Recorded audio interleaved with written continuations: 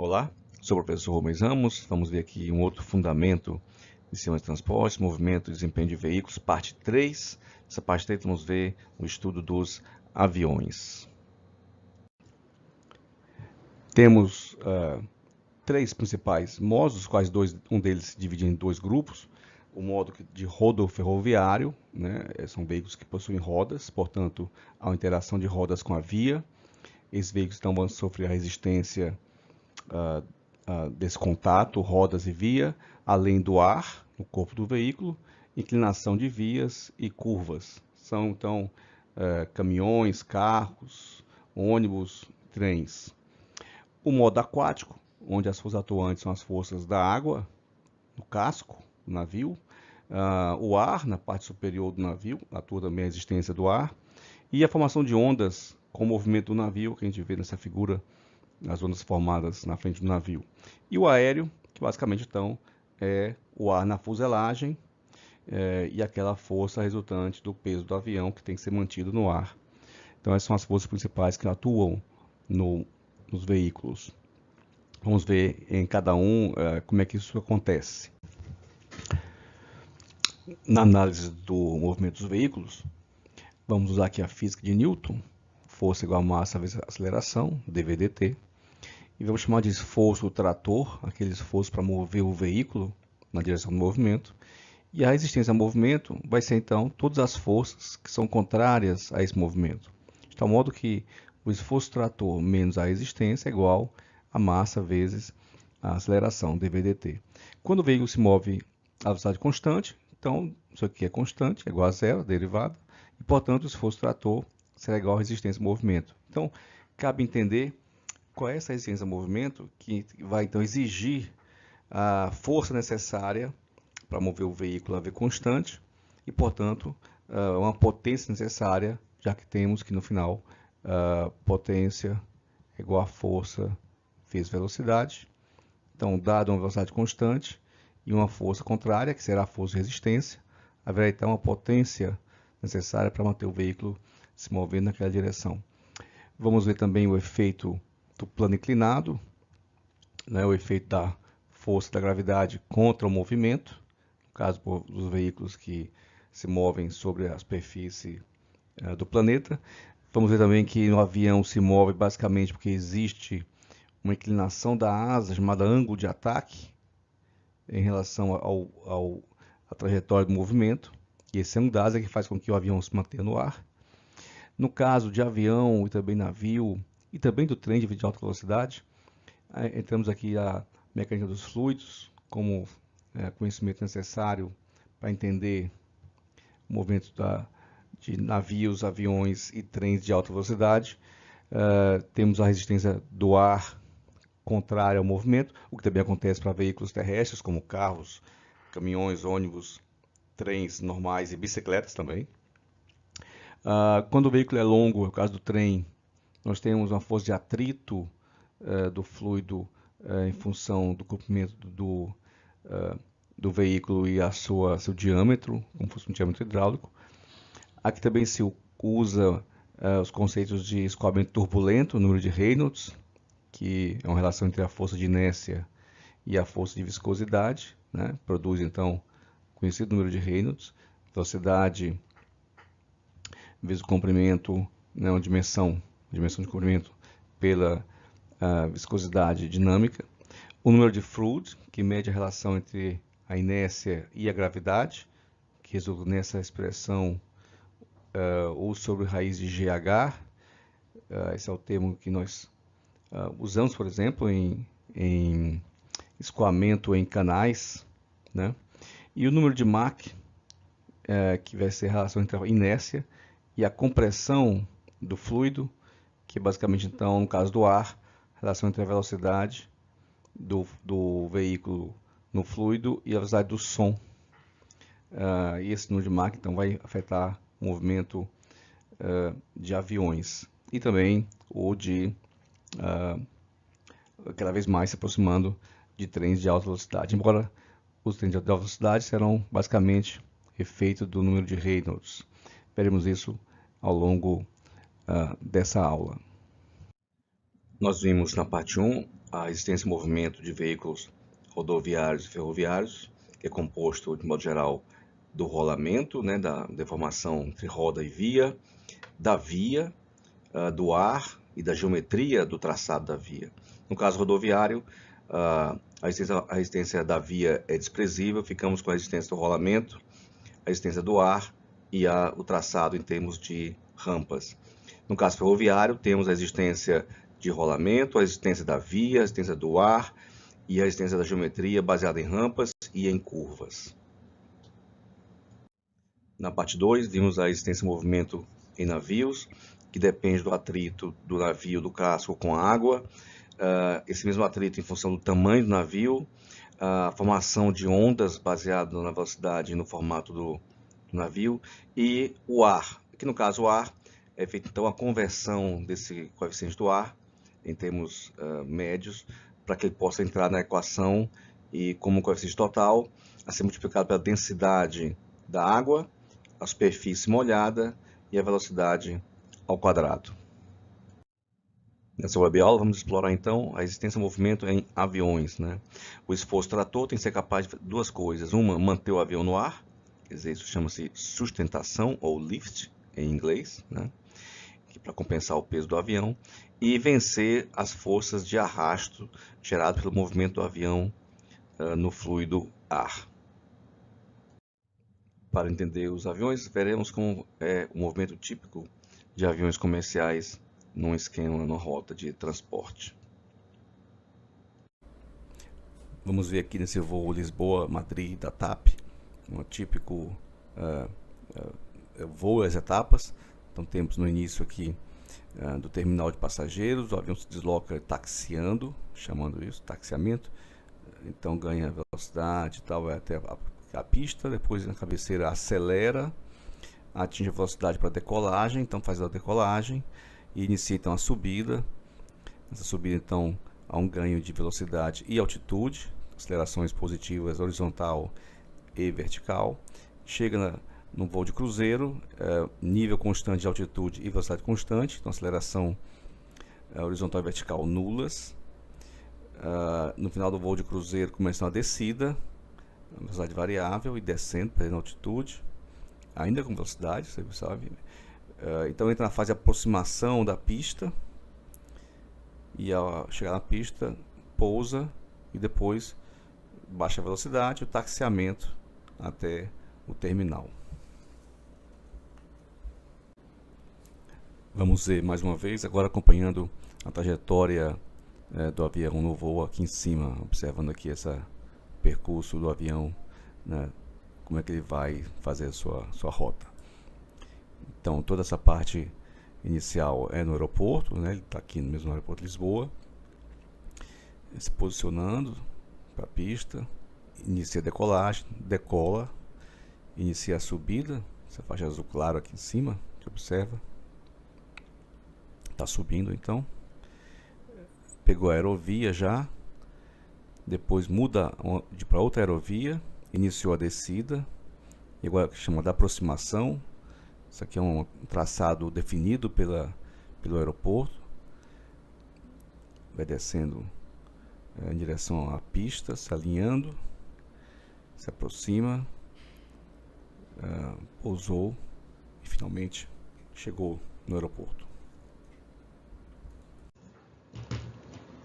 Se olharmos aqui os tempos em cada etapa do voo, né? Então, do terminal, deslocamento inicial, taxiar até a cabeceira, depois a pista até a decolagem, na decolagem da primeira subida na fase 1, subida na fase 2, o voo em cruzeiro, a descida, a aproximação do aeroporto, o pouso, na pista, redução de velocidade, depois novo taxiamento e finalmente um terminal. Aqui observamos nesse voo 1 hora e 4 minutos voo total, e em cruzeiro 1/3 do voo, mais ou menos, 28% em subida, 40% em descida. Então, essa proporção de voo em cruzeiro, que é a fase mais econômica do voo, é um fator fundamental para a eficiência do transporte aéreo. Então, em voos como esse que vimos agora há pouco, Lisboa-Madrid, apenas 1/3 do voo ocorre em cruzeiro, né? É um voo pouco eficiente. Isso sugere que nessa velocidade, por exemplo, aquele trem de alta velocidade compete com vantagem. Num voo de 1.500 km, no caso de Lisboa-Paris, por exemplo, já aumenta a proporção de voo em cruzeiro, mas ainda abaixo de um padrão de eficiência maior, que começa a ter aqui na casa dos 3.000 e poucos, 3.500, 1.900 quilômetros. Você vê que até 2.700 quilômetros também, o voo em cruzeiro ainda não é majoritariamente dominante, quer dizer, domina, mas não é quase total. Já em distâncias acima de 3.000 quilômetros, começando a ter então a casa de 90%, aqui Lisboa-Moscou, Lisboa-Natal, 90%, Lisboa-São Paulo, 90%. Então esses voos são tipicamente a da máxima eficiência do avião, onde ele é realmente imbatível, não só pela velocidade, mas pela eficiência energética da tecnologia. Em um avião, 4 forças vão atuar. Inicialmente as forças ligadas a mantê-lo no ar, ao empuxo, ao peso do avião, né, puxando ele para baixo, em gravidade, e ao empuxo vertical, né, do ar sobre as asas, que faz com que ele compense. Então, quando esse empuxo, esse lift é igual ao peso, nós temos aqui uma aceleração no eixo Z igual a zero. Então, há um equilíbrio de forças nesse caso. As outras duas forças são as forças do impulso das turbinas, que move o avião para frente, e, em consequência da pressão do ar, aerodinâmica, e do coeficiente de arrasto, coeficiente de aerodinâmico, tem as forças de atrito que puxam o avião para trás. Então, e quando há o equilíbrio entre o impulso das turbinas e o arrasto aerodinâmico, nós temos aqui também uma aceleração, que digamos, no eixo X, igual a zero, essas duas forças em equilíbrio. Via de regra, no voo de cruzeiro, essa é a situação. O avião está em aceleração vertical zero, aceleração horizontal zero, né? Então em V constante. No caso, V constante na Vx, e no Vz, também constante, mas igual a zero. Nem acelera, nem se desloca na vertical. Um avião, embora pareça voar na horizontal, ele tem uma pequena inclinação. Essa inclinação é produz chamado ângulo de ataque. É o ângulo que o eixo da chamada corda, esse eixo da asa, faz com a horizontal. Esse ângulo alfa que está aqui, então, é o ângulo de ataque. É ele que faz, na verdade, o avião voar. Essa diferença de inclinação da asa em relação à trajetória do veículo, então aqui a trajetória dele, é que faz com que o avião fique no ar. Quando o avião não sobe nem desce essa posição, então temos aqui a resultante igual a zero, desculpa, aqui igual a zero, e quando ele tem a V constante, também a resultante em x igual a zero. Então os fatores que mantêm um avião no ar e que afetam seu movimento são o ângulo de ataque, a pressão do ar, a densidade, quanto mais alto na atmosfera, menos pressão, a velocidade de ar que passa por baixo das asas, né, tem a ver com a massa de ar, e a forma, a geometria da asa vai ser um fator determinante a manter o avião em voo e a produzir ou não maior ou menor resistência ao movimento pelo o avião, então, vai flutuar no ar, porque há um ângulo de inclinação entre a asa, né, o eixo da asa, a corda da asa, e a direção do movimento. Esse ângulo alfa aqui, então, é chamado ângulo de ataque. O que ele produz? Ele produz, então, forças embaixo da asa, né, ortogonal ao seu eixo. E, além disso, o fluido tendo continuidade, vai produzir, então, aqui uma pressão para baixo no fluido, que também vai ser no somatório dessas forças. Essas forças então resultam na força ortogonal a esse eixo da asa e duas composições. Uma composição vertical, né, baseada no coeficiente de sustentação da asa, a geometria da asa produzindo um padrão de força na vertical, e um coeficiente e uma resultante horizontal, baseado também no coeficiente da geometria da asa em termos de arrasto. Então temos aqui o lift em inglês e drag, quer dizer a sustentação, e o arrasto. E essa também é a explicação como é que um avião voa de cabeça para baixo, né? Basicamente porque a asa forma um ângulo de ataque entre o plano do movimento e esse ângulo alfa que faz com que surjam forças na asa para que ele se mantenha flutuando. Uma outra consequência desse fenômeno que sustenta o avião no ar é que, em função desse ângulo de ataque alfa, pode haver então a formação de uma área turbulência e, portanto, uma separação do fluido e aquele efeito de momento no fluido cessar e perder então apoio no ar. Então isso é chamado o stall. Então haverá um ângulo de ataque tal que a partir dele consegue-se o máximo de apoio no ar, né, de sustentação, e em certo momento esse ângulo de ataque perde totalmente esse apoio no ar e o avião então cai. Uma outra propriedade do fluido ar é a sua capacidade de ser comprimido, e no caso do ar nós temos que a velocidade do som é uma medição dessa propriedade de comprimir e descomprimir sem ruptura do meio do fluido. Então a relação entre a velocidade do avião e a do som é chamada número de Mach, ou Mach, e ocorreu uma coisa interessante é que há uma faixa que vai até 0,85 mais ou menos Mach, ou pouco menos, né, em que não há muita mudança na resistência de movimento em função do ar em si, mas sim da velocidade. Mas a partir daqui há um crescimento exponencial dessa resistência, então o coeficiente de arrasto cresce rapidamente a partir de uma certa faixa, em torno de 84, 85, e atinge seu máximo depois de 1, alguma coisa a velocidade do som, e depois decresce. Então isso aqui já coloca uma situação de uma faixa de operação de velocidade econômica do avião.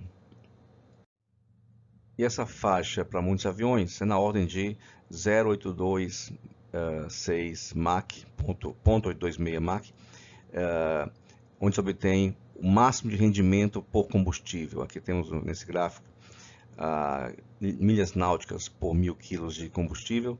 Esse ponto é o máximo de alcance por cada 1000 kg de combustível.